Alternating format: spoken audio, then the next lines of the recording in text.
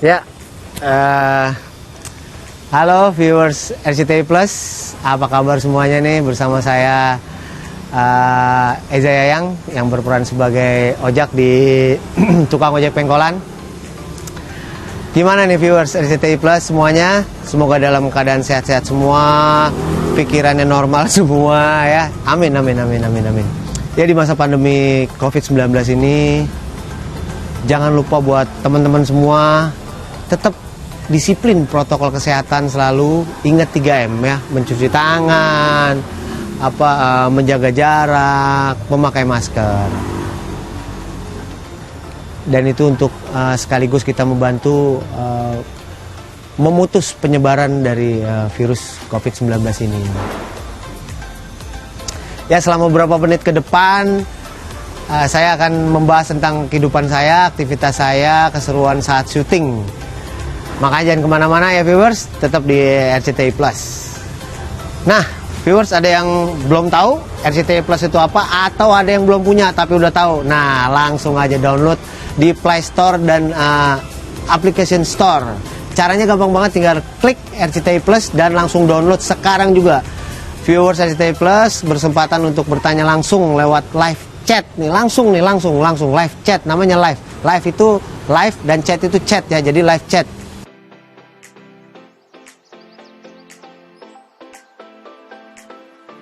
Ini tentang ya kaum urban ya, bisa dibilang kaum urban, tentang tukang ojek 3 orang yang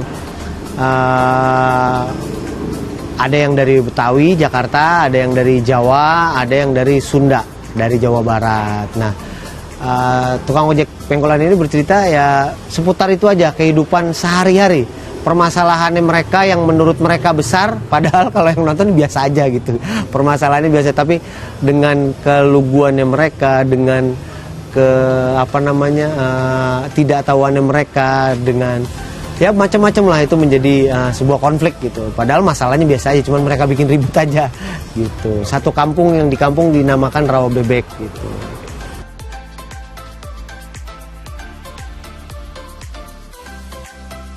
Kalau saya berperan sebagai ojek. Jadi ojek itu adalah seorang pemuda tukang ojek berumur 39 tahun.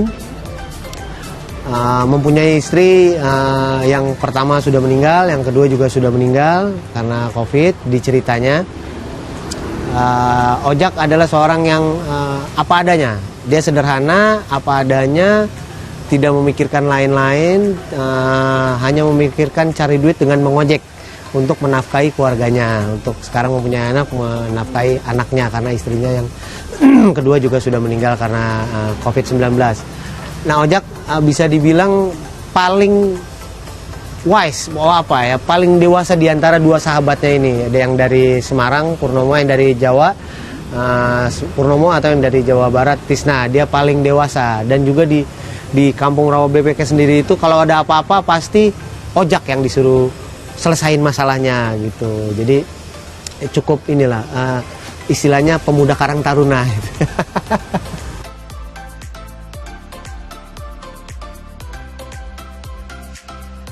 Kalau dari masalah ngojeknya, saya mengingat tukang ojek saya dulu waktu SD.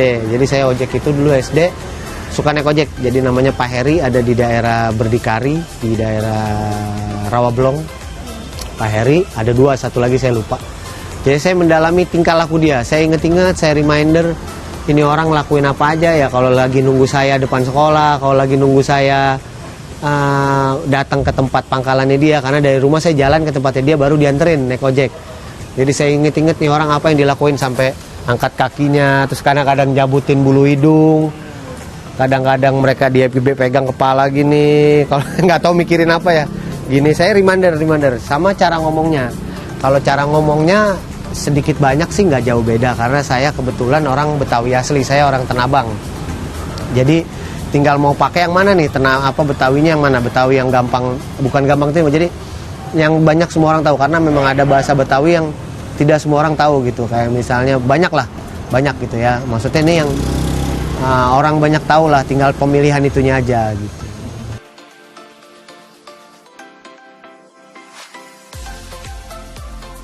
Nggak mungkin ya, karena ojek itu sabar, saya orangnya nggak sabaran.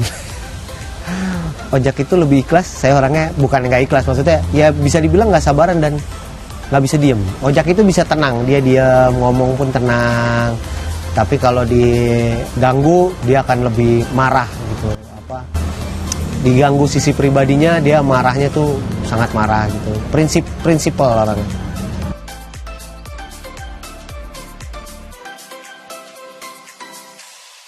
Banyak yang tadi saya bilangin ya.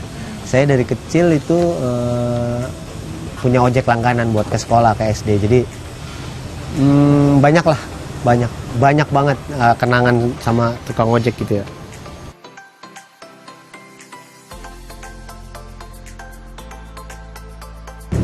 Iya, paling ya itu wajar ya, karena memang harus mencurahkan semua energi untuk menangis dan untuk mendalami karakter, karena ojek ini sangat family man, jadi dia tuh sangat cinta dengan keluarganya, terutama istrinya gitu ya. Ketika istrinya meninggal tuh dia sangat terpukul sekali gitu. Jadi waktu yang pertama aja saya bikin rambut saya gondrong, acak-acakan, sampai nggak cukur kumis, sampai saya bikin bengong. Setiap ada dialog saya nggak mau pakai, karena shock buat si ojek ini, sangat shock gitu untuk meninggal gitu ya, istri yang pertama.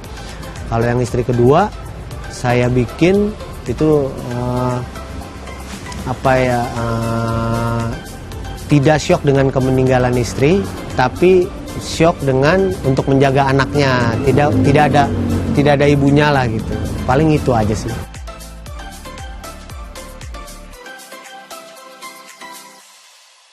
Kesibukan saya ngapain ya? Ya dulu ada program satu lagi lah di TV tetangga gitu. 5 tahun alhamdulillah, panjang juga. Terus abis program itu kelar,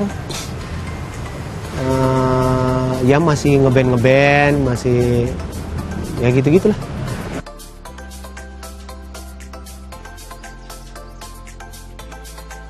Oh iya benar, banyak ada yang memang dari ada yang Bang Udin. Kalau misalnya teman-teman tahu yang Udin yang ngomongnya lama itu, dia memang benar-benar penjaga, dia yang ngejagain, dia tuh tukang ojek beneran, dia yang ngejagain pangkalannya, dan memang preman beneran. Dia memang bukan preman, maksudnya ya memang disegenin lah di situ.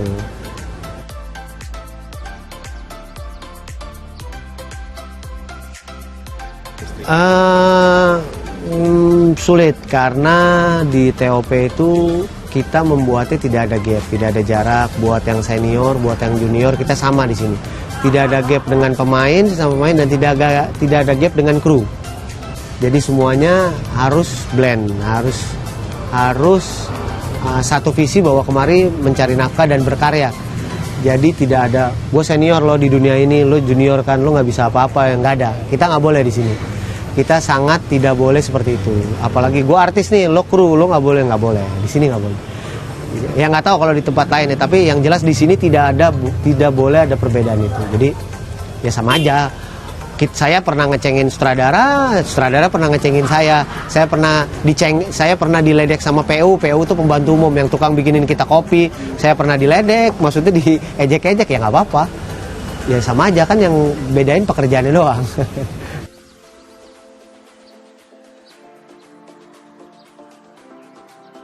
Banyak yang bilang sih saya jahil gitu, cuman saya pernah kok dijailin juga sama Tisna sama Pur, pernah. Tapi kebanyakan kalau ditanya mereka, saya mulu yang jahil katanya.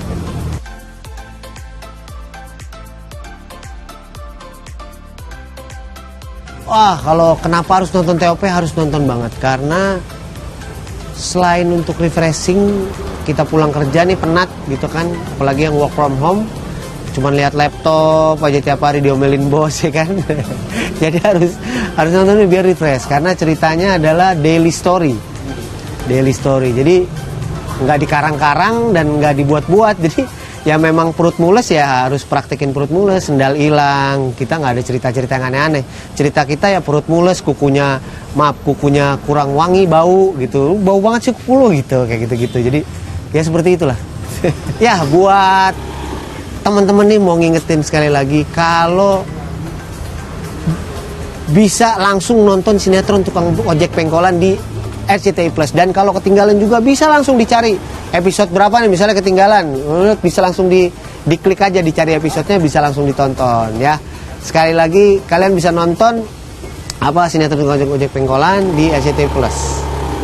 Iya, ini langsung dapat pertanyaan nih, langsung saya jawab juga ya. Ini yang pertama dari Dedi Cahyadi. Dia bertanya, "Hai Kak, ceritain dong apa yang baru di TOP tahun 2021.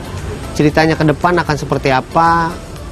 Aku nonton terus loh." Oke, buat Mas Dedi atau Kang Dedi, yang baru adalah bentar lagi ada yang mau merit. Tapi jadi apa enggaknya kita nggak tahu ya. Terus cerita ke depannya itu dia yang menarik dari TOP.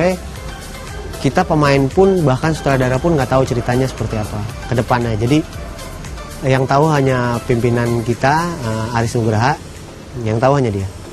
Jadi itu dia yang menarik gitu. Jadi kita bermainnya benar-benar natural karena kita nggak tahu jadi apa gitu. Terus yang kedua dari Red Noy, sekarang TOP udah masuk episode berapa? Dari awal tayang tahun 15 sampai 4.000 episode nggak ya? Amin. Sekarang udah masuk di episode 2000.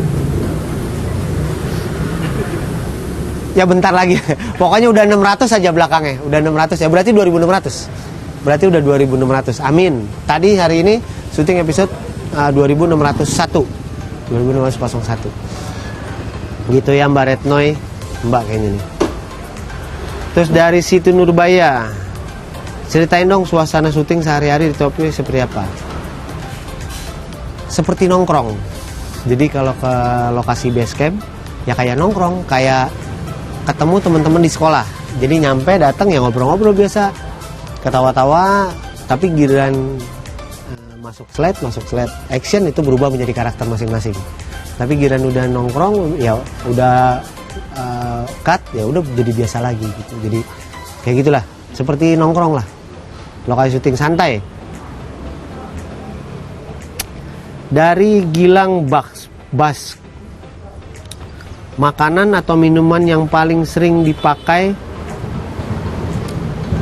yang sering dipesan pakai aplikasi online pas di lokasi syuting apa nih? Kita jarang, orang di sini punya food court sendiri. Bukan. Jadi di base camp kita itu ada space banyak.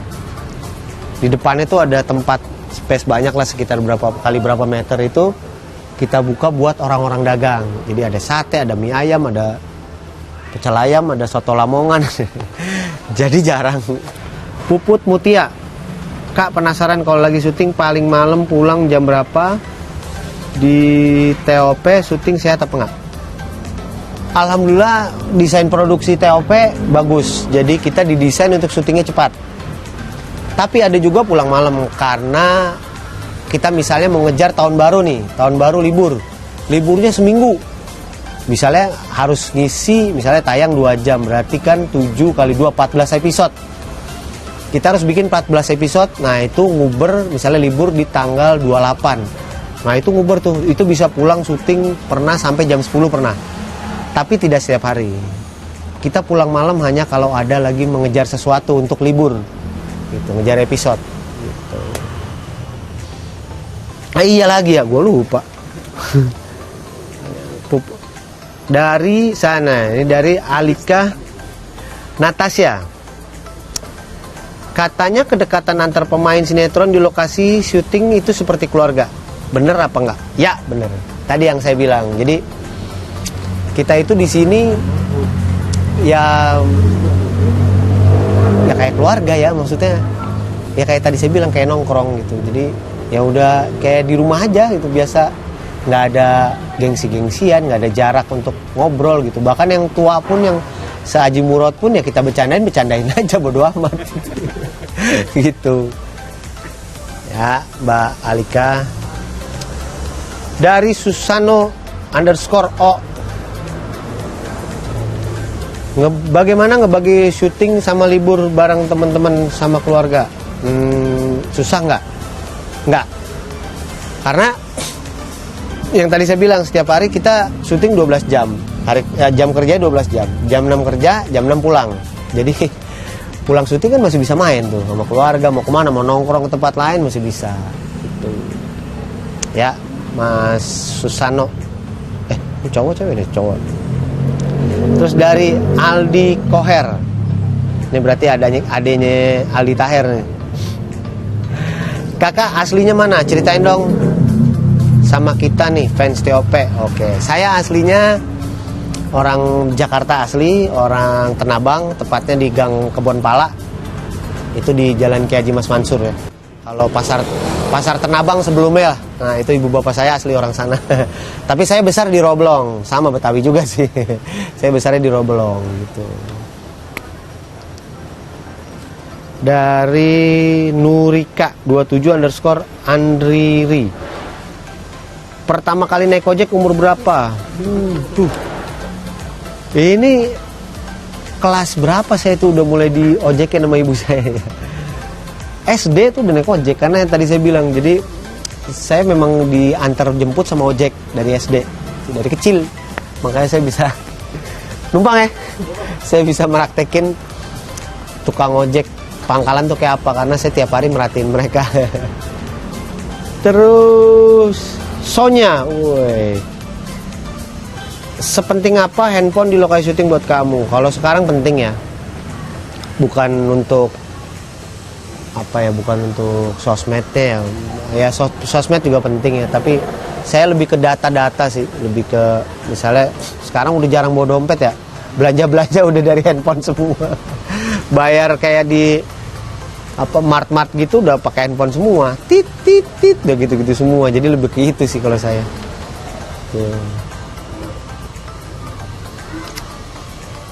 Percaya dari Evia Luna, percaya zodiak enggak? Seberapa akurat zodiak kakak dalam hidup? Percaya kalau yang bagus-bagus, kalau yang nggak bagus-bagus gua nggak percaya. Jadi intinya adalah ya lihat aja, kalau yang positif kita ambil ya, jangan yang jelek ya jangan. Dari Farauya, siapa yang termasuk pemain baru di TOP? Pemain baru TOP Keiko yang pacaran sama Jono yang dari Jepang. Nah itu baru tuh dia tuh. Terus dari Totok Manotok, ya, gimana caranya menjaga kesehatan apalagi di masa pandemi gini? Bagi tips supaya buat sehat terus kak. Tips mungkin nggak cuman kebiasaan saya, karena kan masing-masing badan beda-beda. Kalau saya setiap pagi madu sama habatus sauda, udah itu doang. Nggak ada lagi. Saya setiap pagi itu, jadi bangun tidur belum minum air putih, belum apa, madu dulu, madu 1 sendok makan, terus habatus sauda 2 kapsul, air hangat 1 gelas, udah itu doang. Nggak ada yang lain. Terus dari Nur Cahya, target tahun ini mau ngapain kak? Target tahun ini mau ngawal TOP sampai sepanjang-panjangnya, amin. Tuh. Ferianto, yang paling bikin gak bisa lupa kerja jadi pemain sinetron apa? Ya ketemu banyak orang dan pekerjaan masing-masing, dan gak ada yang saling ikut campur. Tuh hebatnya di situ. Jadi ketika divisinya apa, kamera, ya udah ngurus ini kamera, apa ngurus ini masing-masing. Itu sih mantap. Ya udah ya dari Mas Frianto. Oke. Ya nggak terasa udah di akhir acara ya. Seru banget bisa ngobrol bareng teman-teman di sini semua. Thank you buat semua viewers RCTI Plus yang selalu nonton live chat hari ini. Saya harus kembali syuting karena break makan siangnya udah kelar, jadi udah mulai dipanggil ke set. Terima kasih buat teman-teman viewers RCTI Plus, tetap sehat, tetap berpikir positif, tetap seru-seruan selalu, harus senang karena imun naiknya dengan lu ketawa.